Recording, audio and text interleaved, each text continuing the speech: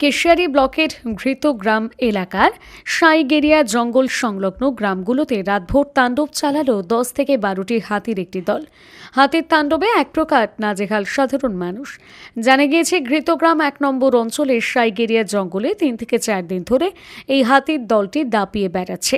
অভিযোগ, এলাকায় হাতির তাণ্ডব থাকলেও বন দপ্তরের পক্ষ থেকে সাধারণ মানুষকে সচেতন কিংবা হাতিগুলোকে অন্যত্র সরিয়ে নিয়ে যাওয়ার কোনো রকম চেষ্টাই করা হয়নি, যার ফলে সোমবার রাত্রি 11টা নাগাদ এই হাতির দলটি জঙ্গল থেকে বেরিয়ে গ্রাম্য এলাকায় প্রবেশ করে। হাতির দল নষ্ট করে চাষের ফসল, কলাবাগান সহ স্থানীয় জেমস মুর্মু নামে এক ব্যক্তির বাড়ি ভেঙে 2 থেকে 2.5 কুইন্টাল ধান খেয়ে নেয়। অভিযোগ, ঘটনার কথা আতঙ্কিত পরিবার বন দপ্তর জানালে হাতির তাণ্ডব শেষে প্রায় ঘণ্টা 3 পরে আসে বন দপ্তর। হুলা পার্টির দল বারবার এইরূপ হাতির হানায় স্বভাবতই আতঙ্কের জঙ্গল সংলগ্ন এলাকার এই পরিবারগুলি। চাষের ফসল এইভাবে হাতির তাণ্ডবে নষ্ট হওয়ায় সরকারি সাহায্যের দিকে তাকিয়ে জেমস মুর্মুর পরিবার। ছিলাম 11টার দিকে হাতি এসেছিল, অনেকগুলো হাতি এসেছিল, এই 10-12টা হাতি এসেছিল। হাতি এসে আমাদের এই বাড়িতে ঢোকার পর আমরা আমরা বুঝতে পারার পর বাড়িতে ঢুকিয়ে ছাদের উপরে ছিলাম।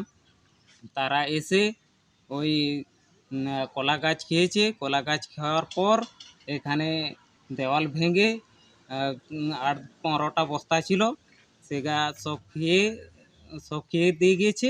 উপরন্ত দেওয়াল ভেঙে খেয়েছে। আর খুব আতঙ্ক আমরা রয়েছি, এবং এই জঙ্গলের মধ্যে হাতি রয়েছে। হুলাপাটি আসেনি?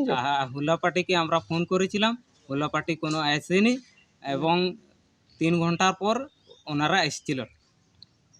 সমস্ত শেষ, এবং কোনো মার্কিংও করা হয়নি।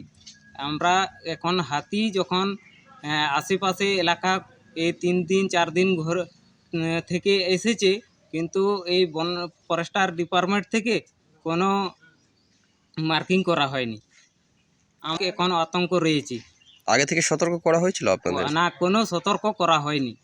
যদি হয়েছে অন্য অন্য জায়গায় হয়েছে, এবং ওই সাঁইগাড়িয়া, রাঙ্গামাটিয়া, বড়ামারা, সাকলবুনি এই জায়গাতে তো রয়েছে জঙ্গল, কিন্তু এই জায়গাতে কোনো মার্কিং করা হয়নি। কতদিন লাগায় এই এলাকায় ছিল, এই এলাকায় ছিল 3-4 দিন। হ্যাঁ, 3-4 দিনের আগে থেকে এসেছে। আমরা প্রচণ্ড আতঙ্ক রয়েছি। এখন ওই পাশে তো জঙ্গল রয়েছে, এখন জঙ্গলের মধ্যে হাতিও রয়েছে, খুব আতঙ্ক রয়েছি। যদি আমরা চাইছি যে একটু সাহায্য, তো বস্তা এই 2.5-3 কুইন্টাল মতন ধান খেয়েছে বা ক্ষতি করে দিয়ে গেছে।